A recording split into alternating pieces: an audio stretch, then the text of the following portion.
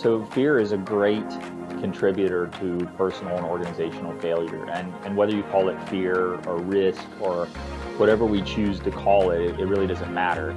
It's the reason that great gains happen, and it's the reason that great gains are missed.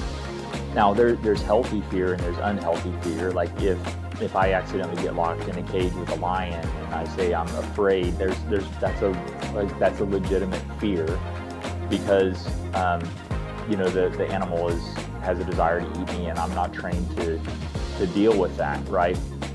If I'm a lion trainer and I get locked in the cage, I might feel a lesser amount of fear. It doesn't mean that I should. It just means that I probably am relying more on my training to deal with that situation. But thinking about fear, all right, so if I put a little plank board, like 2 by 4 inches, and I stretched it across the stream, and I said, I had 5 people, and I said, hey, let's walk across this stream on this 2 by 4. I could probably get at least 4 of the 5, maybe 5, to join me in crossing this little stream. What's the risk of failure? We're going to get our feet wet, okay? Maybe twist an ankle. It's not really that big of a deal, but most likely we're going to make it to the other side because it's just not that hard.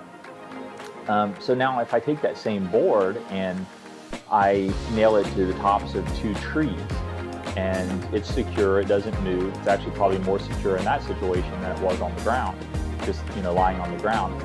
And I tell those same 5 people, hey, we're going to climb up and we're going to walk across the same board again. And if it's not a windy day and the trees are pretty solid, it's not moving, I'm probably not going to get any takers on that.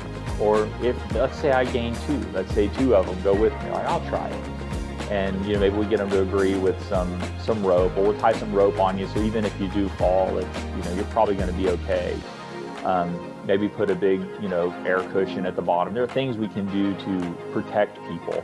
I might be able to get some takers to join me on that adventure. But if I take that same board and I stretch it between the 2 tallest buildings in New York City, and I call the same group of people and I say, hey, there's no rope, there's no air cushion, and we're going to do the same thing that we demonstrated at the creek, I'm probably not going to get anyone to join me. In fact, I'm not going to be signing up for that myself. Why? What's the difference? The skill demonstrated is the exact same. There was no different skill that was demonstrated at the creek. There was no different skill that was demonstrated at the tree. And there's no different skill that's demonstrated between the 2 buildings. What has changed is the cost of falling. And that is where fear lives, right?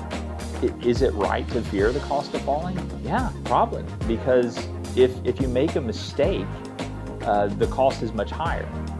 And this is what we find. So when you think about this in terms of your own life and leading organizational teams, when we ask teams to do bigger things and we ask them to follow us, it's a lot easier to get the teams to follow us when we cross the creek. We might be able to get them to follow us when we cross the tree, but the teams are not going to be willing to follow us unless they're safe at those high levels of risk. So now we take the same 2 buildings and say, well, what if I were to have everything inspected by an inspecting board that does this for a living? I give you a backup parachute. I send you to a parachute training class. I put the giant airbag beneath us. I tie you off with cable and actually a bungee cord so that you'll be safe. And I can get a safety inspector to sign off that this is a safe activity. What if I even get you a rope to hold on to as you go across the board? And that is the effectiveness of psychological safety when connected to risk. So if your goal is to have great growth, you must incur great risk. And along with that same thing, you must have the safety available for your team. Now here's the thing, you're still going to have folks that aren't willing to do it even with all those things. That's fine. There are things that we are afraid of that control and limit us, but we do have to see them as a limiter. Like, there are bands, there are places that I'm willing to go, and there are places that I'm not willing to go. And it's based on the inherent risk. What is the cost going to be to me? Is the benefit equal?